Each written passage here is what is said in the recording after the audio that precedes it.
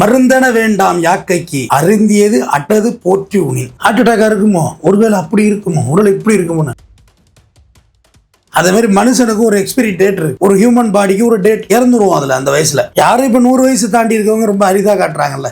சளி பிடிக்கும், மேல வலிக்கும், காலை வலிக்கும், தலையை வலிக்கும், கண்ணை வலிக்கும், சளி பிடிச்சிக்கும், பல்ல வலிக்கும், நெஞ்ச வலிக்கும், வயிற்ற வலிக்கும், எல்லா வலிக்கும் தான். ஒருத்தருக்கு ஹார்ட் அட்டாக்ல சாகணும், ஒருத்தர் லிவர்ல சாகணும், ஒருத்தர் கிட்னில சாகணும், இப்படி ஒண்ணு ஒருத்தர் ஆக்சிடென்ட்ல சாகணும், ஒருத்தர் கரண்ட் சாக்கடி சாகணும், சம்பந்தமே இல்லாம.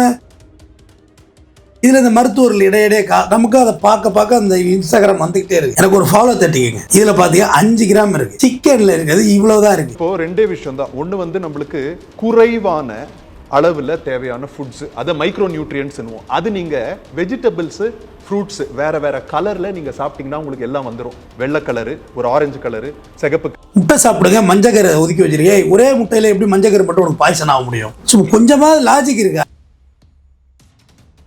வயிற்றுல முதல் மாசம் ஸ்கேனு, 2வது மாசம் ஸ்கேனு, 3வது மாசம் ஸ்கேனு, இப்படியா எடுத்து தள்ளுற.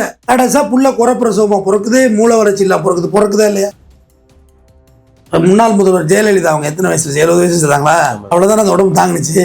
அவங்களுக்கு கிடைக்காத லிவரா, கிடைக்காத கிட்னியா, இல்ல என்ன உறுப்பு வேணும்? அப்படியே தூங்கல சூட்கேஸ் நிறைய மருந்து மாத்திரை அள்ளிட்டு போ. எடுத்து வாயில போறதுக்குள்ள செத்தவங்க எல்லாம் இருக்காங்க.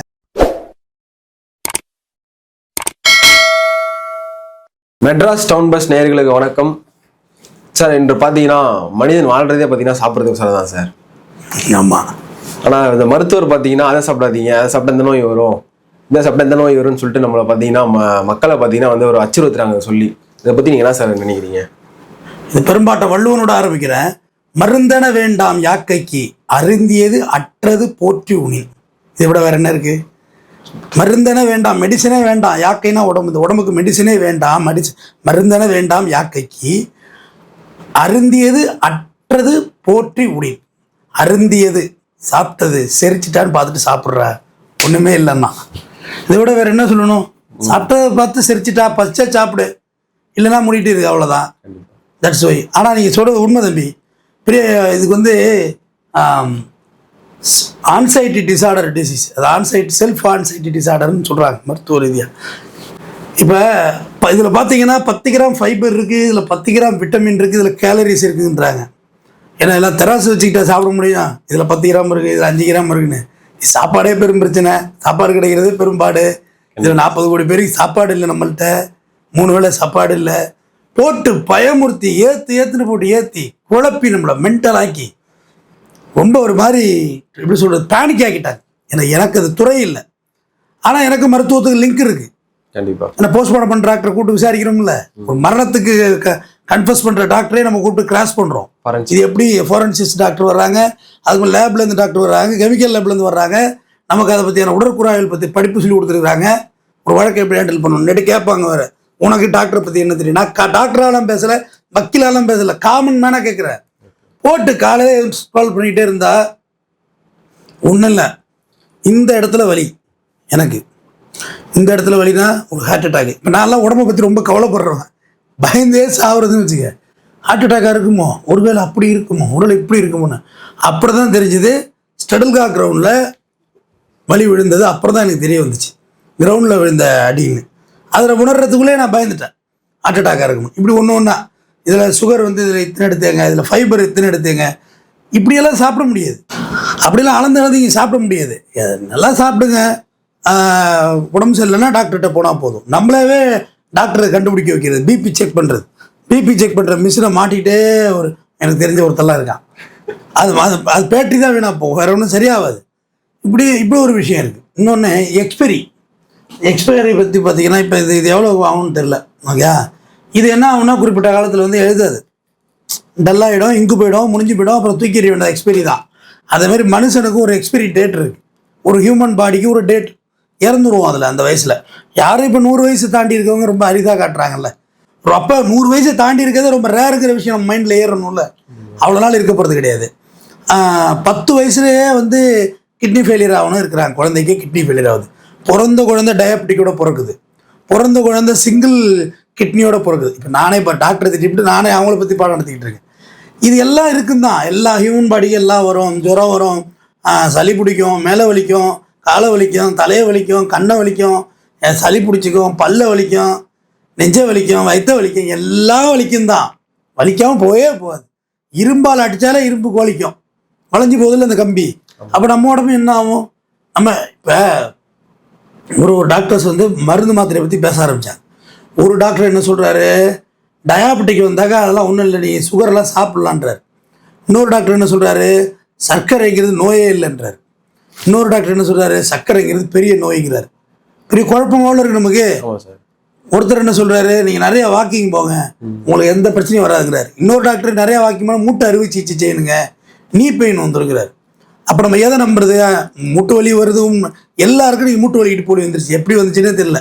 மாடிப்படி கட்டி ஏற முடியல. மாடிப்படி கட்டி ஏறினா மூச்சு இறக்கிங்கிறாங்க. எனக்கு மூச்சு இறக்கும். உங்கள் வயசு என்ன தம்பி ஆகுது? உங்களுக்கு 22 வயசு ஆகுது, உங்களுக்கு இறக்கி தானே இருக்கிறேன். சார் மாடிப்படி ஏறினா இறக்கி தான் செய்யும். அப்போ நமக்கு அந்த ஒரு வியாதி இல்லை போல இருக்குது.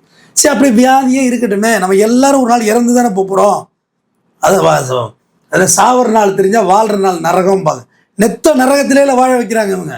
பயமுறுத்தி பயமுறுத்தி பயமுறுத்தி பயமுறுத்தி இதுவாகிடுது, அதாகிடுது, இதாகிடுது, அதாகிடுது அப்படின்னு. இங்கே பாருங்கள், ஒரு வயசாகுள்ள நமக்கு என்ன செய்யுது? இப்போ எனக்கு வயசு 40, ஒரு கண் பார்வை லைட்டாக குறையுது. அது டாக்டர் போய் பார்த்தா கண்ணாடி போடணும். அது பல்லெல்லாம் கொஞ்சம் கலகலக்குது, அதிகமாக கடித்து திங்க முடியல, வலிக்குது. கொஞ்சம் தூக்கம் எக்ஸ்ட்ரா வருது எனக்கு, கொஞ்ச நேரம் கூடுதலாக தூங்கினா பரவாயில்லை அப்படின்றதுக்கு. ஒரு காலத்தில் தூக்கம் கம்மியாக இருந்துச்சு, அப்புறம் தூக்கம் அதிகமாகுது. இப்போ அதிகமாக எடுத்துக்குது, உடம்பே ரெஸ்ட் எடுத்துக்குது. மதிய இடத்துல சாப்பிட்டா ஒரு 1 hour படுத்தா தேவைன்னு தான் இருக்குது. அப்போ ஒரு சின்ன அசட்டை வருது, சின்ன ஞாபகம் மருதி வருது. ஓகே, ஒரு சாவி எங்கே வைக்கிறோம், சாவி எடுக்கிறது ஞாபகம் மருதி. அப்புறம் சின்ன சின்னதாக பார்த்தீங்கன்னா சின்ன சின்ன விஷயங்களுக்கு அடுத்தவங்க மேலே கோபம் வருது, எரிஞ்சு எரிஞ்சு விழுவுற மாதிரி வருது. காரணம் அது என்னோட இயலாமை, நமக்களால் செய்ய முடியல, வேகமாக அந்த செயல்படுத்த முடியல. நான் சொல்கிற வேகத்தில் என்னோடய ஜூனியர்ஸால் அவங்க அந்த வேகத்துக்கு கட்டுப்படியாகணும்.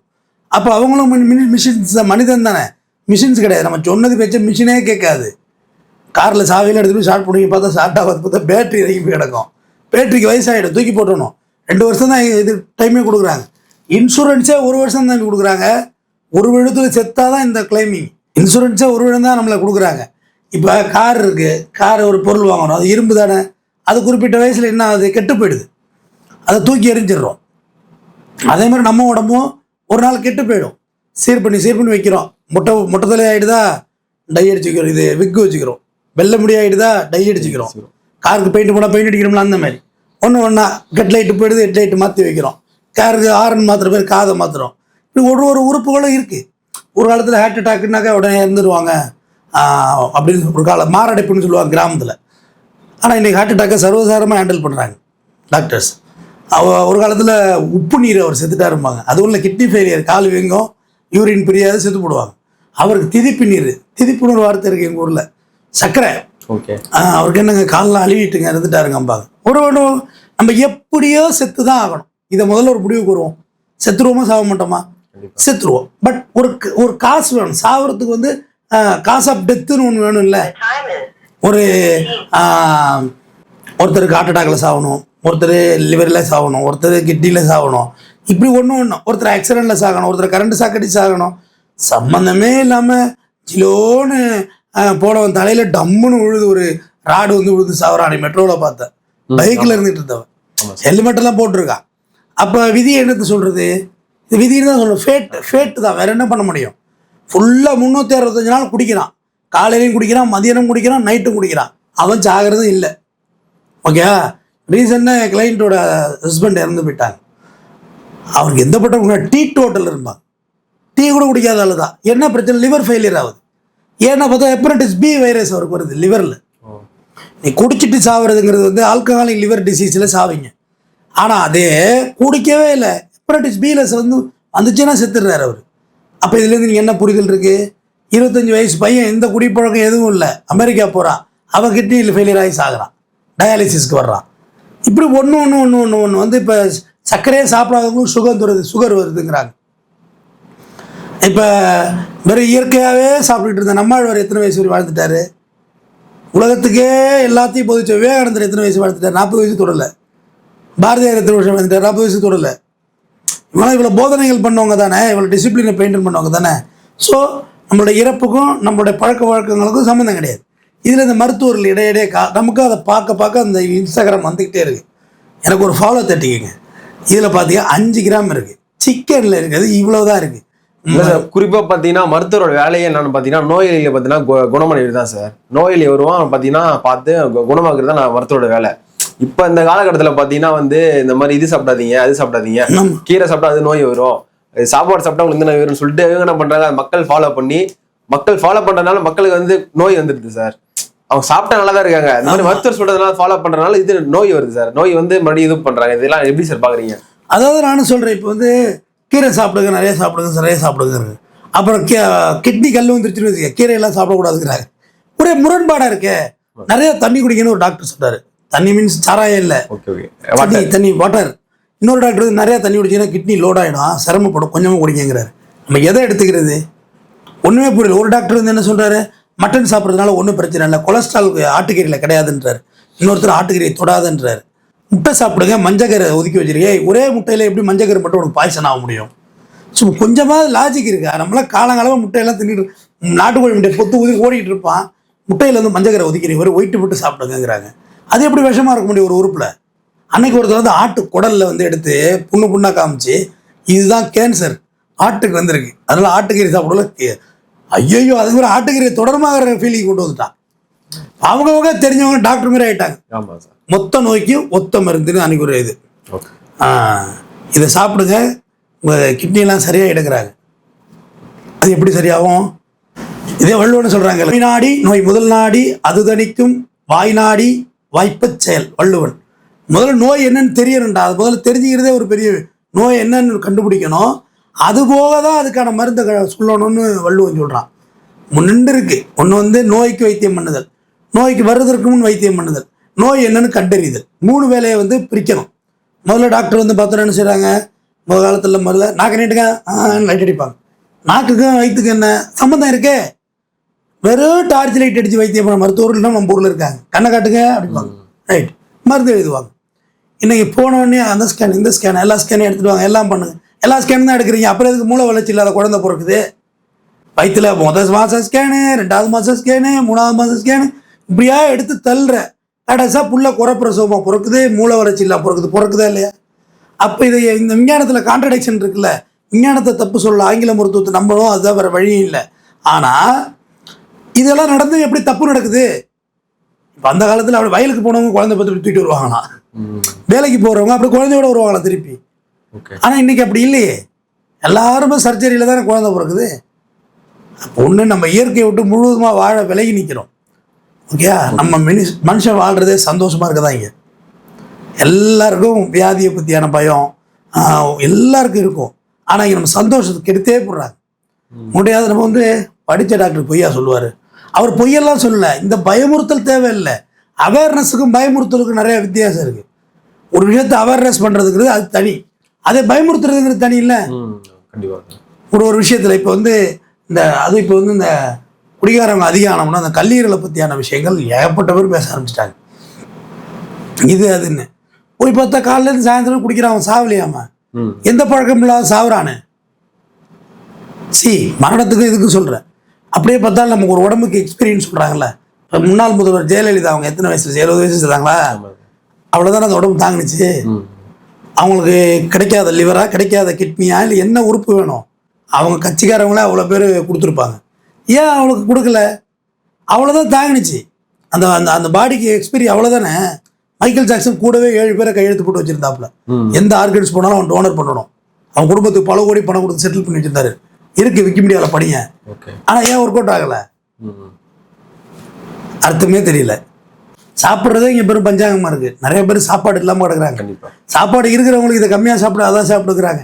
ஆனால் யாராவது பசிக்கு 4 பேர் ஒரு சோறு வாங்கி கொடுக்குன்னு சொல்லி கொடுங்க. அதுதான் நாளைய தலைமுறைக்கு தேவை. நீங்கள் சொல்கிற விஷயம்லாம் விக்கிமீடியாவிலே இருக்குது. நான் சட்டம் சார்ந்த வழக்கறிஞர் தானே, நான் டெய்லி சட்டத்தை சொன்னேன்னு வச்சுக்கேன், எல்லாம் கிறுக்கு பிடிச்சி போயிடும்.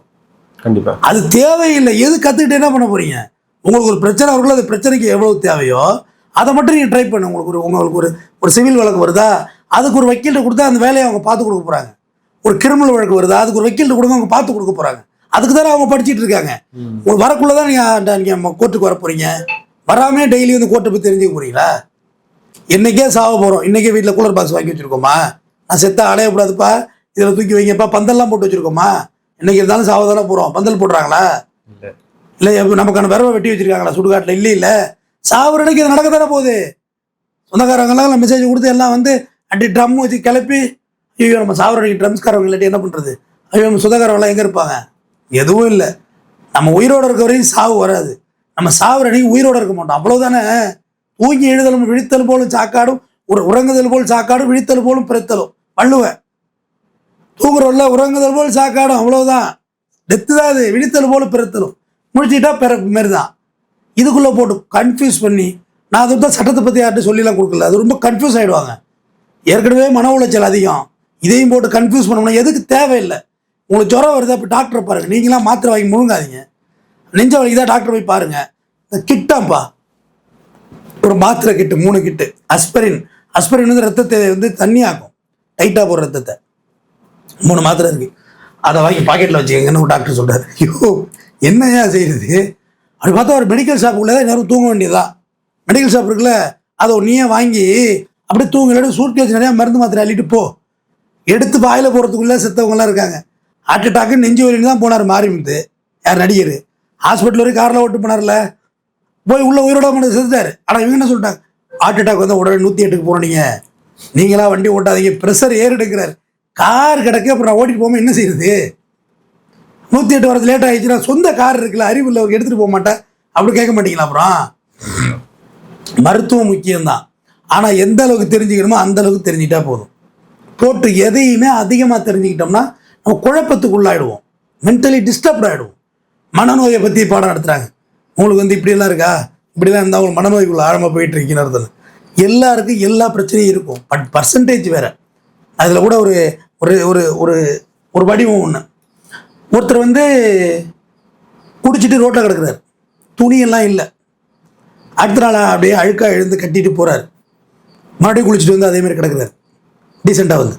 அவருக்கு தெரியலையாதா முத நாள் வந்து இப்படி கடந்தமே ரோட்டில் அப்படிங்கிறது தெரியாது, அவருக்கு ரியலைஸ் பண்ண முடியாது. பண்ண முடியும், அவருக்கு அதில் தான் சந்தோஷம். இந்த டோப்பமைன்னு சொல்கிறாங்கல்ல, சுரக்கிற அமிலம், டோப்பமைன் அது அப்படி தான் வேலை செய்யும், அதில் தான் அவருக்கு சந்தோஷம்.